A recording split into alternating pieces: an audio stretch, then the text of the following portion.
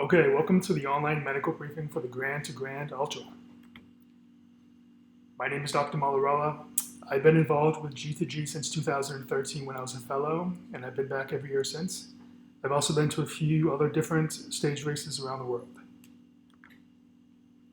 And something I've realized pretty early on is that giving a medical briefing once we get to the Grand Canyon isn't exactly ideal. It's very windy, runners are distracted thinking about the race.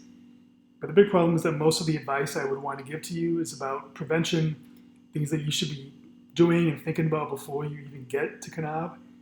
So I decided to make this video, something you can watch a few weeks before. Just talk about some race medicine topics, hopefully get you better prepared before you get here. It's going to be quick. Hopefully you can find it useful. If you have any suggestions, please send me an email. So a quick outline of what we're going to be talking about today. So let's start with the medical team. So there's generally 5 to 6 docs, depending on the year. Most of us have done this kind of stuff before, so we know what we're doing. There will be a doc at each checkpoint during the day. There'll be somebody at base camp.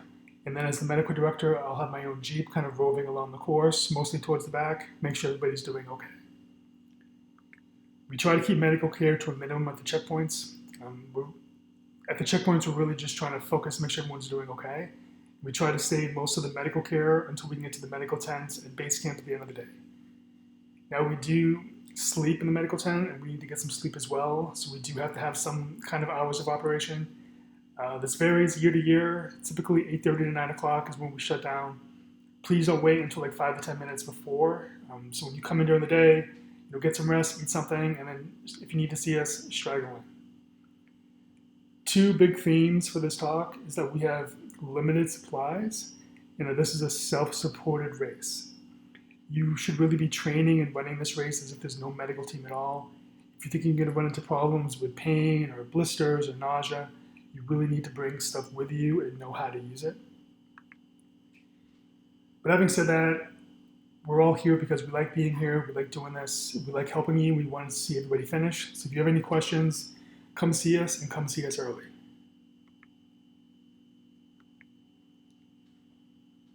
So a lot of you probably haven't been to the southwestern US.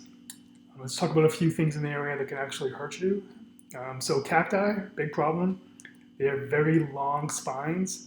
And if you're not paying attention to where you're running, you can step on one of these and the spines can actually go through the sole of your shoe. It can be quite painful. And they're really thin, so sometimes they can be tough to get out. And if we can't get it out, it's not only going to be painful, but it can increase the chance of infection, which is something you just don't want to deal with. So just make sure you know where you're running. There's a lot of off-road, especially the first 2 days, and I know initially it sounds kind of fun, but that fun quickly goes away. So just be safe. There are scorpions in the deserts. If you get stung, it can be painful, but it doesn't really cause any other problems. Nobody has been stung so far at G2G. Usually once or twice a year, I'll see a bunch of runners standing in a circle in base camp, and this is usually why. They're taking photos of scorpions. I guess the biggest advice would be when you wake up in the morning, sometimes they like to crawl into your shoes or to your clothes, just kind of empty it out before you put it on. If you see a scorpion, leave it alone, it'll leave you alone. More of a concern, probably the biggest concern for most runners is rattlesnakes. We do have rattlesnakes. Again, nobody has been bitten so far at G2G. They want to avoid you as much as you want to avoid them. And a couple times a year, we usually hear of runners who are going down the trail, and at the last second, they'll see a snake, and they'll just kind of jump over it and just keep going, and the snake doesn't seem to care. Having said that, if you see a rattlesnake, if you hear a rattlesnake, just stay away and just go around. If you get bit by a rattlesnake, I know that you've probably heard that you should just sit down on the ground, stay calm, wait for help to arrive, which is great, but it's not really practical in a race like this. You could be hours from a checkpoint, and if you do get bit by a rattlesnake, we need to get you to a hospital as quickly as we can because you may need antivenom. So what we recommend is that if you get bit, you need to run to the nearest checkpoint.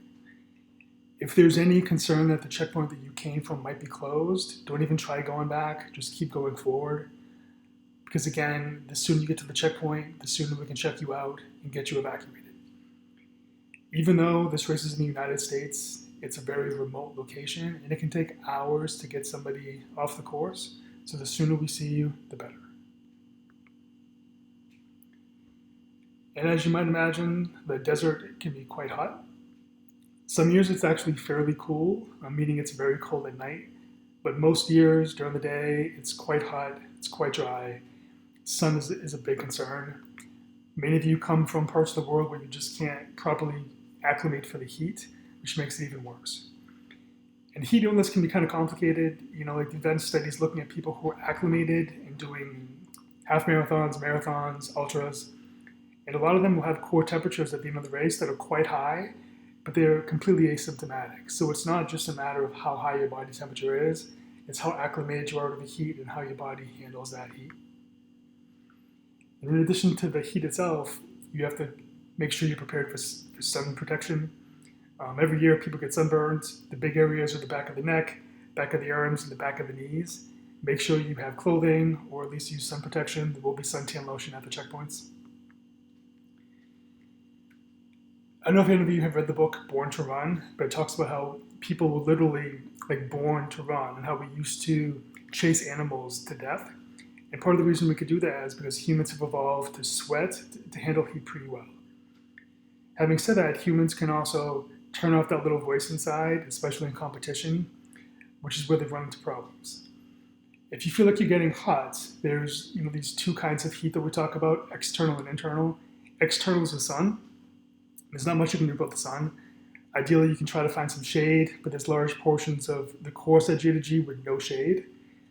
But the other heat is the internal heat, and that's the heat that you generate while running, and you have control over that. So if you feel like you're getting too hot, you need to just sit down, rest, drink something, eat something, and let your body dissipate the heat. All right, this slide's obviously going to be talking about salt and electrolytes. When I was in the military, 20-something years ago, and we were going on a group run, they decided that they would line us all up, make us drink water until somebody vomited. It's obviously not the best way to do things now. Then they used to say, well, you don't have to drink that much water, but if you get thirsty, you're already behind the game and you're too dehydrated. Now what we recommend is that you drink to thirst. So if you're not thirsty, you don't necessarily have to drink, because overhydration is just as much of a problem as dehydration. The other recommendation is to drink slowly, and that's because of something that we call slosh stomach. So when you're running in the desert, your body's trying to conserve energy and send oxygen and blood to where it needs to go. So most of it's going to your legs, and it's not going to your kidneys, and it's not going to your stomach. So your stomach doesn't empty as well as it would otherwise. If you drink too much water at once, your stomach can't quite handle it, and so it doesn't go anywhere. It just kind of sloshes around, which sounds kind of funny, but it can be pretty uncomfortable. It makes people nauseous. And we have medications that we can give for nausea, but sometimes you just have to make yourself vomit and kind of start again, which isn't really ideal. It tends to happen a lot because people don't want to run out of water, so they won't really drink much between checkpoints. But then when they see that white tent coming up in the distance, they start drinking all of their water to empty the bottles so they can fill up. And that's when you run into problems. So try to just keep drinking steadily and slowly while you're on the course. The other big question every year is electrolyte replacements, salt tablets. All I can say is that everybody is different. Some people sweat more than others. Some people have more salt in their sweat than others. You should be getting most of your salt from your diet. The question of whether you even need salt tablets or not is debatable. But this is something you need to figure out before you come to Grand to Grand. Every year we do have a sponsor with salt tablets that we keep at the checkpoints. This isn't supposed to be your sole supply of salt tablets. It's supposed to be just something in case you run into problems or if you run out. If you plan on using the salt tablets at G to G, then you need to know which ones we're going to have available, how much salt is in those tablets, and make sure you're training with either the same product or something similar. Once I know what we're going to have for that given year, I'll put a post on the Facebook page, so make sure you check that out. As I mentioned, overhydration is a huge problem as well, and that's when people get low sodium, what we call hyponatremia. There's a few different reasons people get this. The biggest reason, again, is just drinking too much water. Second biggest reason is because some of the hormones, the stress hormones that come on during events like this, one of the things that they do they tell your body like, hey, this is a stressful situation, we need to reserve water. So you actually don't pee as much as usual. So it's not that you have too little salt, the water just builds up and dilutes that salt, which can cause problems. The third cause, which is the most mild of the three, is you're just not taking in enough salt. The treatment for this depends. For the most part, we'll just kind of let you rest, let those hormones turn off, let you start peeing again, and that usually fixes the problem. We'll give you something to drink. If you need like IV fluids for something like this, we have that available.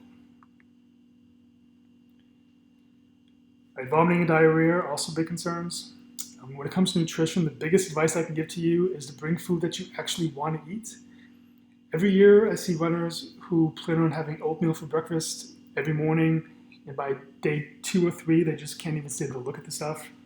Or they're bringing dehydrated meals of a company that they've never used before, flavors they've never tried before, gels and powders that they've never really done much, or might be okay for like a marathon, but not 6-7 days in a row. Just imagine like when you're hungover, what it is you want to eat, and that's what I would bring. It might be like a few extra grams, a few extra ounces. If you're looking forward to eating the food that you have, the more likely you are to eat it. Otherwise, you're just going to end up throwing away your food, and you need those calories to get through this race. Slosh stomach we already talked about. And then medications, again, self-supported race. I strongly suggest you bring medications for nausea to have with you, and I put that in the letter to your primary care doctors. Diarrhea as well. One of the biggest reasons that people get diarrhea at these races is not because of the food that you're eating, it's just bad hand hygiene. And I get it, it's during the day when you have to do your thing out on the trail, it can be hard to stay clean. But once you get to base camp, there's porta potties, there's hand washing stations, which is just for washing your hands, it's not for doing laundry or nothing else. There'll be alcohol gel as well. There'll be alcohol gel at all the checkpoints, and by the hot water at night, please make sure you use it. Last thing I want to mention is this concept of the downward spiral. And what this basically means is that as the week goes on, your body gets more and more sore, you get more and more nauseous. There's going to be days when you come in, when you just, you're really nauseous, you just don't want to eat, you don't want to drink, you just want to get in your sleeping bag and go to bed, and thinking, well, I'll wake up tomorrow feeling better, and I'll eat something tomorrow. And that's the worst thing that you can do. You really need to come back, rest, you need to drink, and you need to eat. And if you don't, you're going to start spiraling down, and you're going to get worse each day, and you're not going to finish.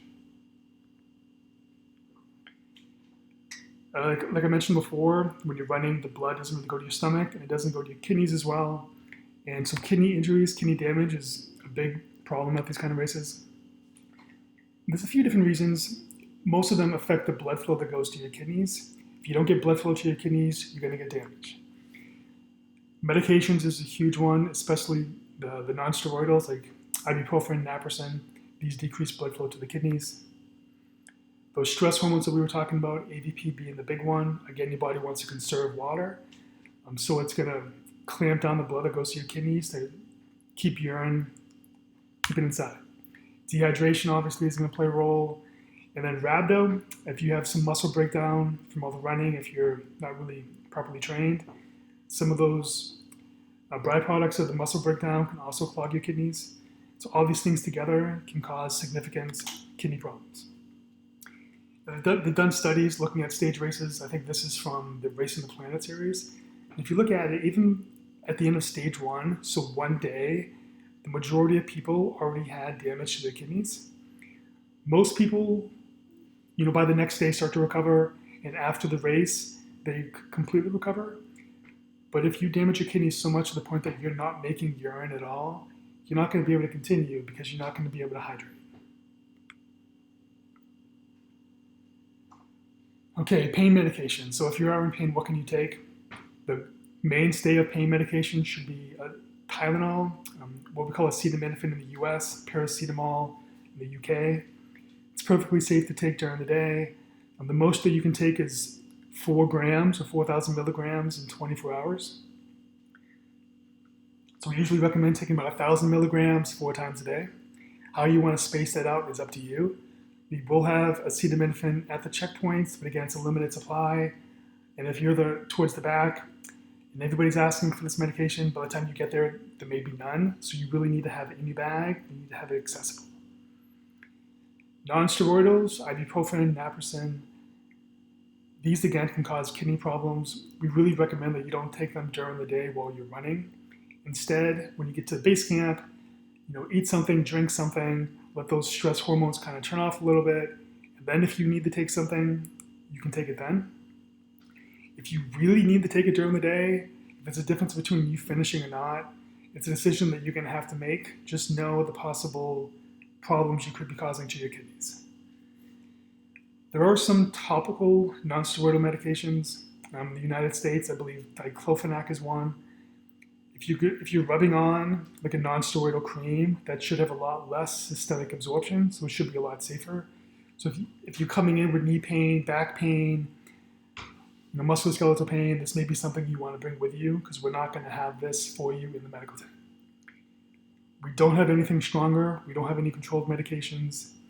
Part of the reason for that is just in the United States, you need a separate license for each state, and logistically, it's not worth it.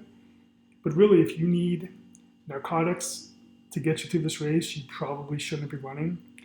If you're going to bring them for your own supply, that's on you.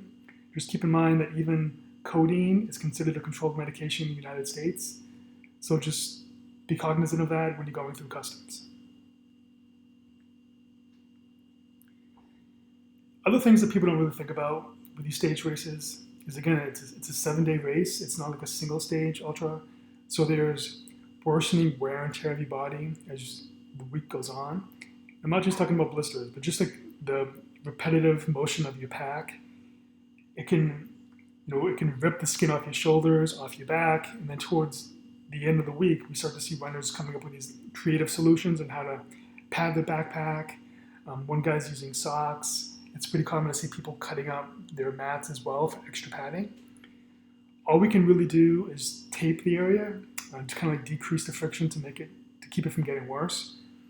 One option you have when you first get out to the Grand Canyon, if you bring extra tape with you, we're more than happy to tape your shoulders and your back in the beginning to hopefully keep this from happening. Same idea on the low back. Chafing again, this is something you're going to need to figure out with your training. We can't really tape the inside of the thighs. It doesn't work too well. Some people like Body Glide. Trail Toes works really well. Just try to find out what works for you.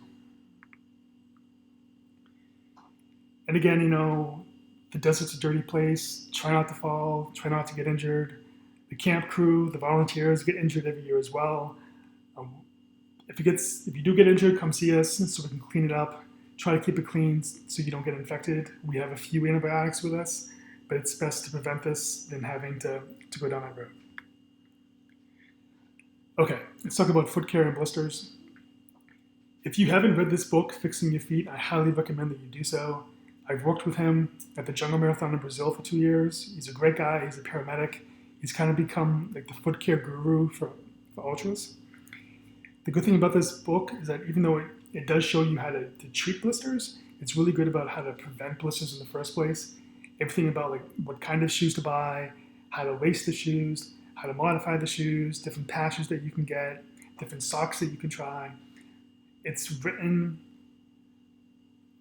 almost like a 5th grade level. It's very easy to get through like in a day or two. So again, please check this out because blisters is a huge problem at Grant to Grant.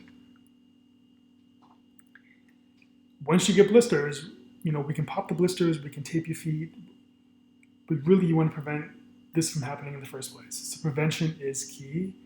And even those of you who always come in and go, I never get blisters, doc, I don't know what's going on. You're running on sand, you're running up and down mountains. It's just unfamiliar terrain. So a lot of you, even if you've never had blisters before, you will get blisters at G2G. So please know what to do. Again, this is a self-supported race. There's only a few of us. There's a lot more of you. We can't fix all of your feet. We're more than happy to show you how to do it. If there's something, I know like a lot of you don't like drilling your toenails. More than happy to do it. We're more than happy to show you how to do it. But you need to have a blister kit. You need to know what's in the blister kit. You need to know how to use the stuff in your blister kit. If you're going to use the one that's given to you when you get to Grant, that's fine. just make sure you know what's in there. Make sure it's accessible, don't put it in the bottom of your pack. And if you're gonna come see us in the medical tent, make sure you bring your blister kit with you. We only have a small amount of tape, and usually by the long stage, we run out of tape, and then there's not much we can offer you. So again, prevention, and make sure you know how to take care of your own feet.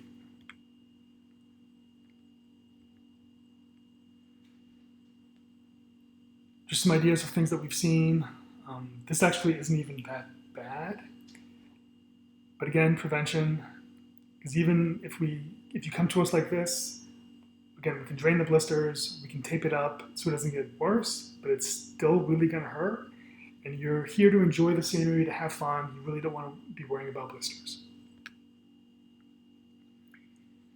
Personally, when it comes to tape for blisters, Kinesio tape seems to work pretty well. It's like the perfect tape. It's thin, it's stretchy, it's smooth. I've used a lot of different Kinesio tapes. I think that Rock Tape H2O, which is meant for water sports, sticks the best. It looks cool. So if you're looking to buy some tape to bring with you for your blister kit, I strongly recommend this. We're not sponsored. I don't get anything from them, but it works pretty well. And some of you by the end of the week will be covered in Rock Tape, like her. Okay, last slide, medical disqualifications. This is very rare. Usually, it's the opposite way. The runner comes to a checkpoint and says, they're done, they don't want to continue. We're trying to convince you that you can continue, that you can do it.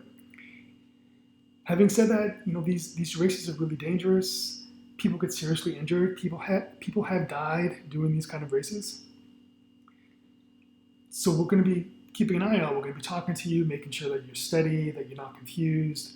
If we ask you questions, please answer us. We're not trying to be annoying. If we tell you to hang out at a checkpoint for a few extra minutes, then stay at the checkpoint for a few extra minutes. If we're asking you, when you last peed, what does it look like? We're doing this for a reason, to make sure you're okay, so please work with us. The only big rule that I have is that if you get to the point that you need IV fluids, then you have failed your race and you are disqualified. I know there's some races out there that go, I can get 2 IVs and keep going. That's just not going to happen at Grand to Grand. You need to keep up on your nutrition, keep up on your hydration, and if you're that bad that you need IV fluids, you're done.